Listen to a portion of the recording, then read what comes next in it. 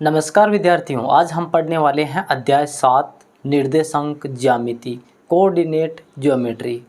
तो इसमें हम क्या क्या पढ़ेंगे? देखो, एक तो हम पढ़ने वाले हैं निर्देशांकों को, एक हम पढ़ेंगे दूरी का सूत्र, एक हम पढ़ने वाले हैं विभाजन का सूत्र। इस अध्याय में इतना हम अध्ययन करेंगे। तो पहले थोड़ा देख लेते हैं निर्देशांक, जो आपने 9th क्लास में बहुत ही बढ़िया से पढ़ा होगा। थोड़ा सा रिवाइज कर लेते हैं। निर्देशांक कौन कौन से होते हैं? एक तो होता है अक्ष निर्देशांक, और एक कौन सा होता है? वाई निर्देशांक। अक्ष पे जो होता है उसको क्या बोलते हैं? अक्ष निर्देशांक। और वाई अक्ष पे जो होता है उसको क्या बोलते हैं? वाई निर्देशांक। वाई निर्देशांक। अक्ष के निर्देशांक को क्या कहते हैं? भुज बोलते हैं, भुज कहा जाता है। और वाई अक्ष वाले को क्या कहा जाता है? कोटि कहा जाता है, कोटि।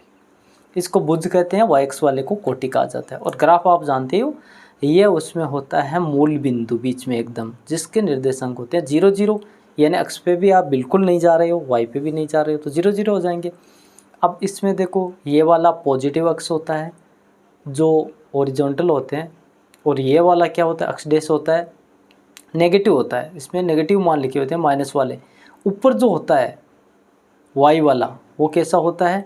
पॉजिटिव होता है। नीचे जो वाई वाला होता है कैसा होता है? नेगेटिव मान होते हैं यहाँ पे, और यहाँ पे नेगेटिव मान होते हैं अक्ष के। अब देखो, ध्यान ये रखना है, हमें क्या ध्यान रखना है कि यदि पॉजिटिव आए तो ये वाला जो है ना एल, यहाँ पे लेना है। एल दिख रहा है आपको? ये एल, इस एल के अंदर जितने भी मान होंगे इसमें सारे मान क्या होंगे? पॉजिटिव होंगे, सारे के सारे पॉजिटिव। अक्ष का निर्देशांक भी पॉजिटिव होगा, वाई का भी पॉजिटिव होगा। अब देखो, कुछ मैंने बिंदु लिखे हैं, इनको दर्शाते हैं। जैसे 0 और 2, आप अक्ष पे 0 चल रहे हो, वाई पे 2 चल रहे हो, तो ये वाला बिंदु हो जाएगा। देखो, ए बिंदु होगा ये 0 और 2। बी बिंदु -1 और -3 कहाँ पे मिलेगा? देखो, अक्ष पे कितना है? -1 चलना है, वाई पे -3 चलना है। तो -1 और -3 की सीध में देखो, यहाँ पे बिंदु मिलेगा पी। क्या है बिंदु का नाम? -1 और -3। यह निर्देशांक है। अक्ष निर्देशांक -1 है, वाई का निर्देशांक -3 है। फिर देखो, सी वाला पॉइंट देखो, 3 और 4। अक्ष पे कितना? 3, वाई पे कितना? 4। तो कहीं ना कि हमें यहाँ पे बिंदु मिलेगा, यहाँ पे बिंदु मिलेगा डी वाला, 3 और 4। अक्ष की सीध में कितना है? 3, वाई की सीध में कितना है? 4। तो यहाँ पे बिंदु मिल जाएगा हमें डी। फिर देखो ई, -1 और -4। अक्ष पे कितना? -1, वाई पे -4। तो यहाँ पे बिंदु मिल ही जाएगा। ये तो -1 -3 के नीचे -1 और -4, ई बिंदु यहाँ पे होगा। अब एफ बिंदु 2 और 3, अक्ष पे कितना चलना है? 2 चलना है, वाई पे कितना है? 3। यहाँ पे बिंदु मिलेगा हमें एफ, 2 की सीध में, फिर 3 की सीध में। ये बिंदु हो गया हमारा 2 और 3, एफ बिंदु। तो आशा करता हूँ आप आराम से ग्राफ बना के बिंदुओं को दर्शा सकते हो। ग्राफ आप बना सकते हो, फिर बिंदु जैसे आंकड़े हम उतने ले लेते हैं जितने की हमें ज़रूरत है। तो ये बिंदु हमने सारे दर्शा दिए। अब आके देखते हैं दूरी वाला सूत्र। अब देख लेते हैं दूरी का सूत्र। दूरी मतलब डिस्टेंस। माना बिंदु P है कोई जिसके निर्देशांक x1 y1 है। x1 का मतलब पहला निर्देशांक अक्ष वाला, और y पे जो निर्देशांक है y1 है। Q कोई बिंदु है, उसका हम मान रहे हैं x2 y2। तो दूरी जो होती है वो कैसे निकलती है? वर्गमूल में x2 माइनस x1 का स्क्वायर प्लस लगा के y2 में से y1 का स्क्वायर। ये होता है दूरी का फॉर्मूला। अब देख लेते हैं कि दूरी का जो ये फॉर्मूला है बना कैसे है। ये अपना ग्राफ है सिंपल सा। इसमें ये क्या है? अक्ष है। ये क्या है? नेगेटिव अक्ष डैश है। ये पॉजिटिव वाला y है, और ये नेगेटिव वाला y है। अब देखो, कोई बिंदु है मान लो P, जिसके निर्देशांक हमने माने x1 y1। दूसरा बिंदु है Q, जिसके निर्देशांक x2 y2। x1 इसका निर्देशांक, इसका मतलब क्या हुआ कि अक्ष पे कितने चले हैं हम? x1 तक ही तो आए हैं। x1 यानी यहाँ से यहाँ तक x1 है। और इधर देखो, y निर्देशांक कितना है? y1 है। तो यहाँ से यहाँ तक की दूरी y1 हो गई। y1 ही तो होगी, y1 चले तभी तो y1 आई है, तो x1 y1 हो गया। अब देखो, q के निर्देशांक x2 है। x2 का मतलब क्या हुआ कि यहाँ पे जो पॉइंट मिलेगा वो मूल बिंदु से कितनी दूर होगा? x2 डिस्टेंस पे होगा। x2 हो गई है। और यहाँ पे q की सीध में जो y पे बिंदु मिलेगा वो कितनी दूर होगा मूल बिंदु से? ये मूल बिंदु से हो जाएगा y2 दूरी पे होगा। कितना होगा, y2 दूरी पे होगा। तो अब देखो यहाँ पे P की सीध में और Q की सीध में समकोण त्रिभुज बनाने के लिए हम एक बिंदु ले लेते हैं, P की यहाँ सीध में, Q की भी सीध में एक बिंदु ले लेते हैं R। अब इन तीनों बिंदुओं को हम मिला देते हैं, PQ, ये हो गया अपना RQ और ये हो गया अपना PR। यहाँ पे देखो समकोण त्रिभुज बनेगा, क्या बनेगा, समकोण त्रिभुज बनेगा। हमें क्या ज्ञात करना है, PQ ज्ञात करनी है। हमें चाहिए कि हम PQ का मान लेके आ जाएं। तो PQ कैसे निकालोगे, ये समकोण त्रिभुज है, समकोण त्रिभुज में कौन सा नियम लगता है, पाइथागोरस प्रमेय, पाइथागोरस प्रमेय। पाइथागोरस प्रमेय क्या होता है कि कर्ण का स्क्वायर बराबर होता है आधार स्क्वायर प्लस लंबी स्क्वायर, लेकिन हमारे पास तो आधार का मान है ही नहीं अभी।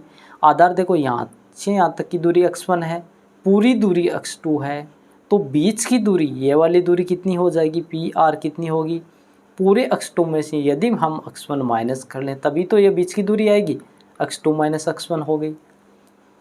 देखो फिर से देखते हैं, x2 यहाँ तक की दूरी R तक, Q की सीध में R है ना, R तक की दूरी है, और x1 P तक की दूरी है, तो P और R के बीच में x2 में से x1 घटाएंगे तो यह दूरी आएगी। इसी प्रकार देखो R और Q के बीच में R की सीध में y1 है, y1 तक है, फिर Q की सीध में y2 है, यानी यहाँ तक की दूरी टोटल y2 है, तो बीच की दूरी कितनी हो जाएगी, y2 माइनस y1 हो जाएगी। अब देखो PQ कैसे निकालेंगे, ये है आधार, ये है लंब, इन दोनों का वर्ग करेंगे तो PQ का स्क्वायर आएगा। देखो कर्ण स्क्वायर, इसे तो निकालते हैं, कर्ण स्क्वायर बराबर क्या होता है, आधार स्क्वायर, आधार क्या है, PR का स्क्वायर प्लस RQ का स्क्वायर। तो PQ का स्क्वायर कैसे लिखेंगे, PR का स्क्वायर क्या है, x2 माइनस x1 का स्क्वायर प्लस RQ का स्क्वायर क्या है, y2 माइनस y1 का होल स्क्वायर। अब देखो PQ चाहिए हमें, PQ स्क्वायर नहीं, तो दोनों तरफ क्या लगा देंगे, वर्गमूल लिख देंगे, दोनों तरफ वर्गमूल ले लेंगे तो यहाँ PQ हो जाएगा, और यहाँ पे वर्गमूल लिख के क्या लिखेंगे बताओ, x2 माइनस x1 का square plus y2 minus y1 का होल स्क्वायर। यही तो हम याद करना चाह रहे थे कि फॉर्मूला बना कैसे है।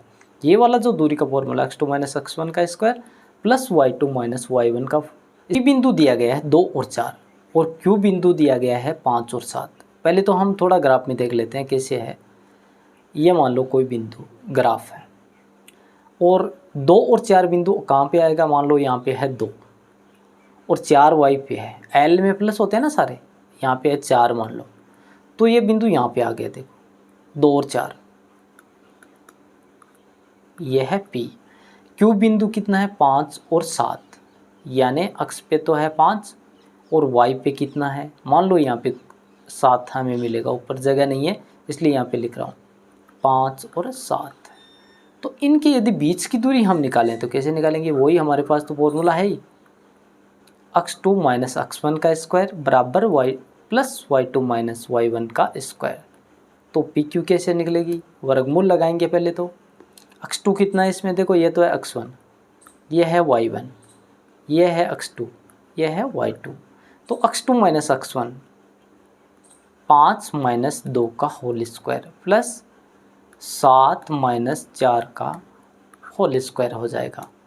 वर्गमूल लिखेंगे, 5 माइनस 2 घटाएंगे 3, 3 का स्क्वायर प्लस 4 माइनस 7 3 का स्क्वायर, ये हो जाएगा कितना, 3 3 9 प्लस 9 और वर्गमूल है ही, बराबर कितना हो जाएगा, 9 9 18, या 18 को आप कैसे लिख सकते हो, 3 वर्गमूल 2, 3 वर्गमूल 2। 3 वर्गमूल 2 कैसे आ गया बताओ, क्योंकि 9 दूनी 18 होता है, 9 का तो एक टुकड़ा बाहर आ जाएगा, 9 गुणा 2 हो गया ना ये अंदर, तो 9 में से एक 3 बाहर निकल के आ जाएगा और वर्गमूल 2 अंदर बच जाएगा। तो ये दूरी कितनी आ गई PQ, 3 वर्गमूल 2 इकाई। आशा करता हूँ आपको सूत्र बढ़िया से समझ आया। आगे हम एक्सरसाइज करेंगे 7.1।